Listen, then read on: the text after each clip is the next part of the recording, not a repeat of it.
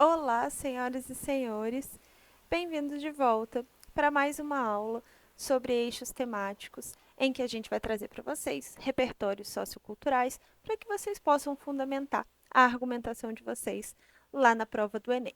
Bom, o nosso eixo dessa semana é o eixo da educação, que é muito importante para o exame. Por quê? Primeiro, porque o Enem é um exame que busca atender aos estudantes, né? Então, é uma prova relacionada ao universo da educação. E também é importante porque este é um eixo que já apareceu em provas anteriores do Enem. Bom, para ver em quais provas o eixo da educação já apareceu, vocês podem baixar o nosso e-book, todos os temas de redação já cobrados pelo Enem até 2023, lá no nosso site. Aqui na descrição do vídeo tem os links e os direcionamentos necessários. Vamos lá? Então vamos falar de educação? Bom, para a gente falar do universo da educação, hoje eu vou trazer para vocês repertórios de diferentes áreas. A gente vai abordar repertório sociocultural associado a um educador, então a gente vai falar de uma grande personalidade da área educacional, a gente vai falar de um filósofo iluminista. Vou apresentar para vocês também um filme em que o universo da educação é essencial para a alteração de um cenário apresentado, né, nessa obra. E vou apresentar também uma música que traz uma crítica ao sistema educacional. Bom, então, quem são, né, as personalidades que vão aparecer na nossa aula de hoje? A gente vai falar de Paulo Freire, de Immanuel Kant, da obra audiovisual O Menino que Descobriu o Vento e da música Estudo Errado, do rapper Gabriel Pensador. Bom, por que essa diversidade de repertórios? Para que vocês possam perceber que repertório sociocultural é tudo aquilo que você traz como bagagem, seja dos filmes que você assistiu, seja das músicas que você ouve, seja das disciplinas escolares, do conteúdo das disciplinas escolares a que você teve acesso. Então, existe aí uma diversidade de bagagem que pode ser usada na hora da prova para fundamentar a argumentação, certo? Então, vamos lá. Bom, antes da gente trazer os repertórios em si, lembrem-se que o vocabulário é essencial para que vocês tenham uma diversidade de palavras para serem usadas ao longo do seu texto. Então, quando a gente pensa em educação, a gente pode usar vocabulários como educação, ensino, sistema educacional. Nós precisamos saber quem são os profissionais que estão envolvidos nesse sistema. Então, nós temos os professores, nós temos os pedagogos, os demais profissionais da área da educação. A gente pode falar sobre educadores, enfim.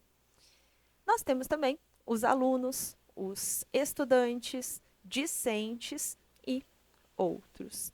Além disso, nós temos as escolas, os centros educacionais, as instituições de ensino e temos ainda o conhecimento, os saberes, as disciplinas escolares e outras palavras também que fazem parte desse universo. Então, dominar o vocabulário é importante também para além de você apresentar um repertório sociocultural amplo, é importante que você traga também uma diversidade linguística para o seu texto. Vamos falar então de Paulo Freire?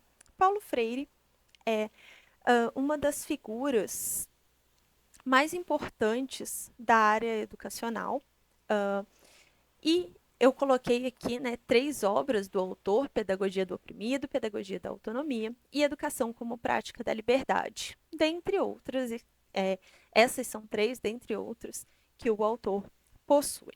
Nós vamos falar um pouquinho, então, sobre Paulo Freire, uma vez que o autor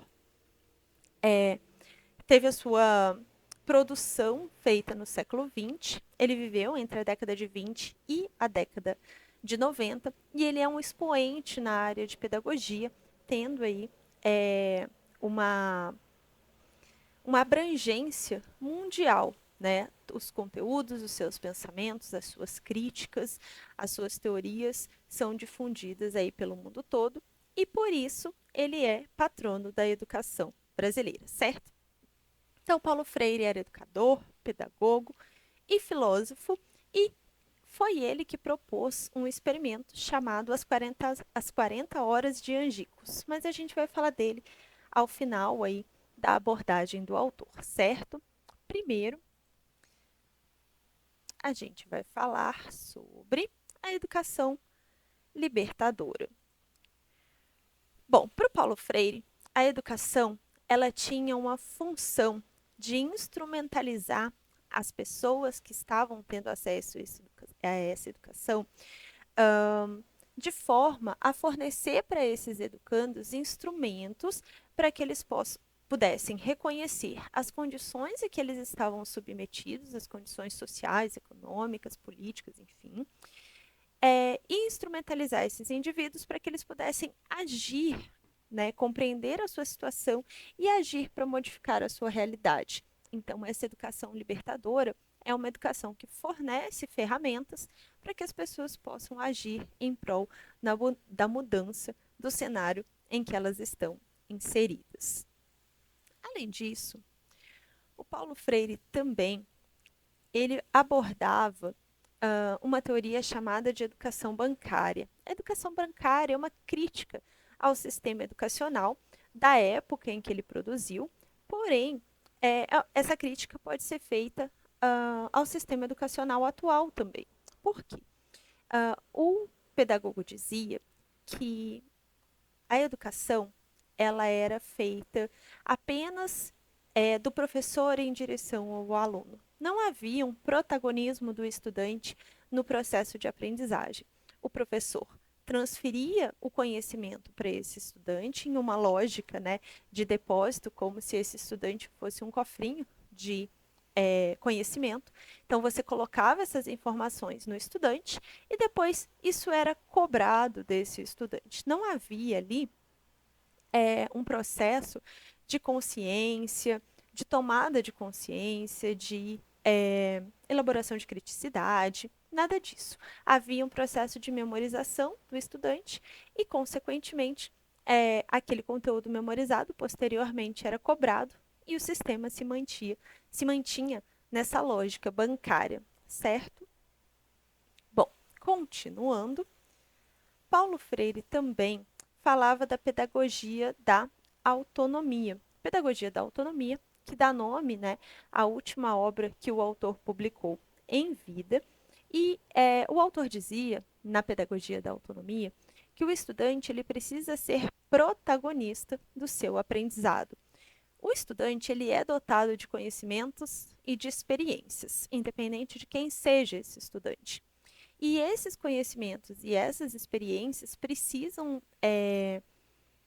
participar, né, precisam ser levadas em consideração no processo de ensino-aprendizagem.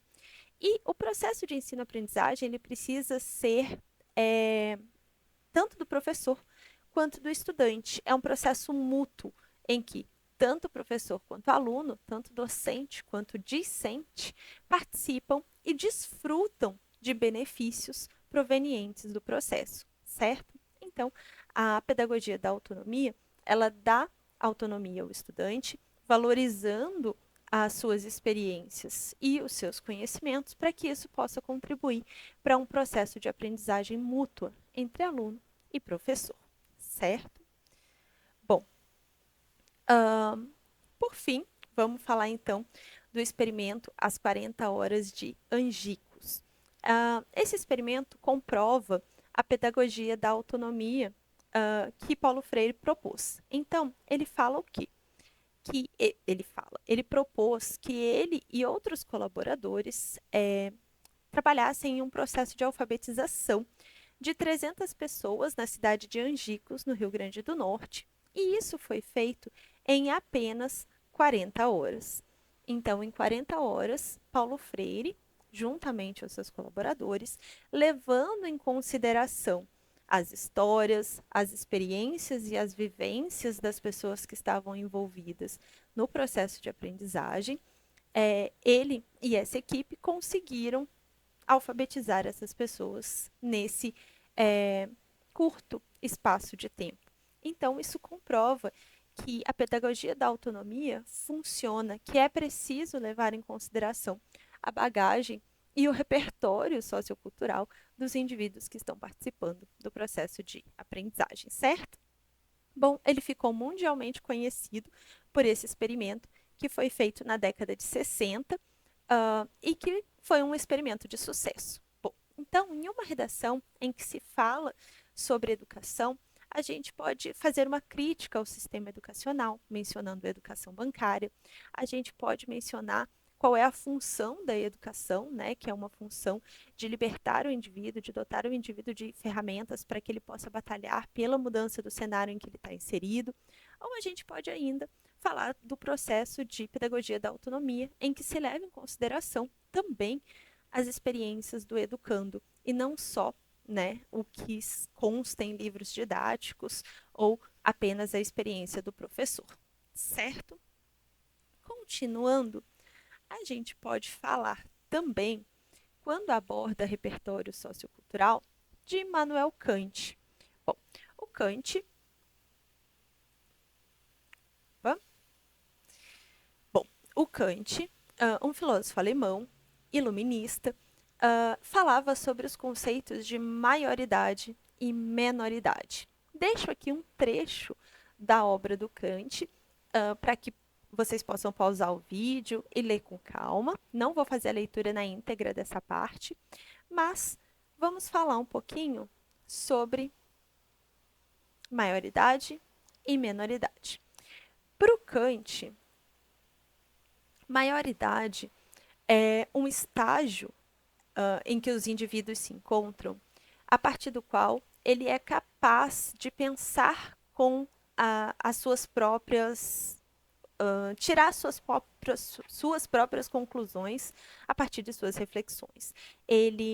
O indivíduo encontra-se em uma situação de menoridade quando ele deixa que outras pessoas decidam por ele. Isso muitas vezes acontece através do pagamento, né? Você paga uma pessoa para pensar por você, para fazer por você, e muitas vezes você permanece nessa situação de menoridade, não usando o seu próprio intelecto para desenvolver suas próprias conclusões, desenvolver suas próprias opiniões, as suas próprias críticas e assim por diante. Então, o Kant criticava essa condição da menoridade. E ele dizia que o indivíduo ele sai da condição de menoridade para a condição de maioridade a partir da educação. Então, o processo educacional, o conhecimento, é aquilo que transforma o indivíduo em alguém crítico a partir das suas próprias conclusões. E o Kant, ele tem uma frase extremamente famosa que resume essa ideia, que é a frase: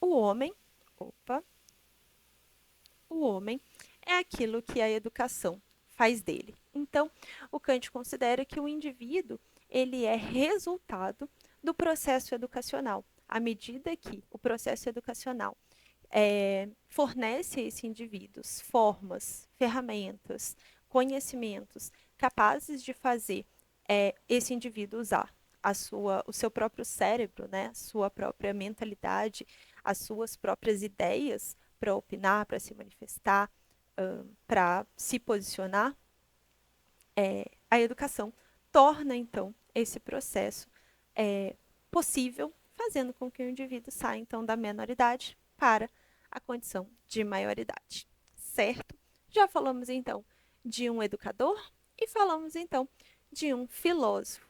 Agora, vamos falar de uma obra audiovisual. Aqui a gente vai falar de uma obra audiovisual que fala sobre educação, mas existem diversas outras. Nós vamos falar sobre O Menino que Descobriu o Vento. O Menino que Descobriu o Vento é um filme baseado em fatos reais que narra a história de William Kankwamba, um menino que morava no Malawi e a obra audiovisual acompanha a entrada, né, a inserção desse menino na escola, no ambiente educacional, mostrando também as dificuldades pelas quais a família passa, dificuldades sociais, financeiras, para manter esse menino dentro da escola. Ele se descobre muito interessado por diversas áreas, como ciências e tecnologias, e passa a estudar por conta própria alguns livros que ele encontra, claro, com auxílio de alguns outros personagens que fazem parte, né, dessa narrativa. Ele não consegue se manter no ambiente escolar, mas, como eu disse, com o auxílio de outras pessoas, ele acaba conseguindo ter acesso à biblioteca, a livros, enfim. A comunidade na qual ele vive passa por um período de seca. E por ser uma comunidade essencialmente agrícola, é, a fonte de renda dessa população não está sendo fornecida. Consequentemente, eles passam por uma situação de escassez financeira e escassez de alimentos. A partir desse cenário, o personagem principal, chamado William, ele começa a buscar alternativas para alterar essa realidade. E, baseado, né, nos conhecimentos que ele obteve de física nos estudos, ele resolve construir um moinho para bombear água e reativar, vamos dizer assim, as plantações. Ele enfrenta a extrema falta de materiais e de tecnologias na comunidade em que ele está inserido, enfrenta também a descrença daqueles que estão à sua volta. Muitas vezes, amigos e familiares não acreditam no potencial das ideias do William, mas ainda assim ele batalha para colocar suas ideias em prática. Ele consegue construir um moinho de vento e consegue bombear água para a plantação, fazendo com que tanto ele quanto os indivíduos que estavam em volta fossem salvos da situação de vulnerabilidade e de fome a que eles estavam submetidos. Essa é uma história real, né? Existem diversos vídeos em que o William Kankwamba conta a sua história, conta o que aconteceu, conta os benefícios que a educação teve na vida dele, porque foi o conhecimento obtido através do ensino que ele conseguiu. Foi um ensino que proporcionou mudança na realidade em que ele estava inserido. Então, é um exemplo de educação transformadora, né? A educação é capaz de transformar. Essa é a mensagem. Posteriormente, um livro foi escrito por ele e por um jornalista narrando essa mesma história, certo? Por fim, vamos aí para o nosso último repertório sociocultural, um repertório da área de música. A gente vai falar da música Estudo Errado, do Gabriel Pensador. Não coloquei a música na íntegra, porque a música é bastante extensa, mas deixo aqui um trecho que dialoga com alguns pontos que nós abordamos na aula de hoje. Há um trecho da música em que o eu poético diz que quase tudo que ele aprende ele esquece com muita facilidade porque é tudo muito decorado, tudo muito memorizado. E ele não necessariamente entende o que ele está falando, ele está apenas reproduzindo conhecimentos. Consequentemente, essa lógica. Essa lógica é um exemplo da educação bancária criticada lá atrás por Paulo Freire, né? Em outro trecho da música, ele fala que o método de ensino é a decoreba, também uma referência aqui à educação bancária, e ele diz que os agentes envolvidos no processo de educação tratam os estudantes, ou o eu poético, que é um estudante, como uma ameba que não é digna de raciocínio, né, que não tem raciocínio, que não é capaz de desenvolver raciocínio através daquilo que lhe é ensinado. Porém, aqui, essa lógica não é um exemplo de educação libertadora. Na verdade, não dotar o educando, o estudante, de raciocínio para que ele reconheça a sua condição, para que ele seja capaz de transformar a realidade na qual ele está inserido, faz com que a educação não seja libertadora. Então, Paulo Freire, lá atrás, propunha que a educação não tratasse o indivíduo como uma ameba, né? A ideia dele era que o indivíduo fosse tratado como ser capaz de desenvolver raciocínio e compreensão acerca dos problemas e das situações sociais para que isso pudesse ser alterado. Bom, então nós temos aí trechos de música, filmes, teorias filosóficas, teorias de um pedagogo, estudioso, educador, que podem ser usadas como repertório sociocultural.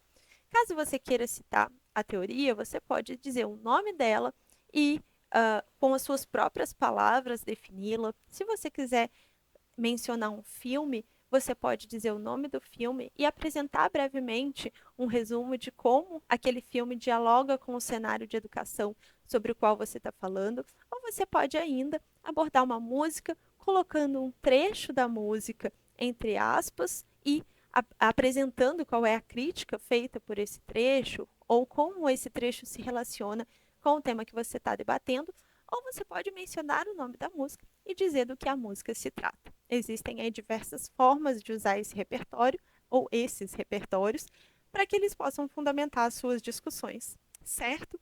Bom, é isso por hoje.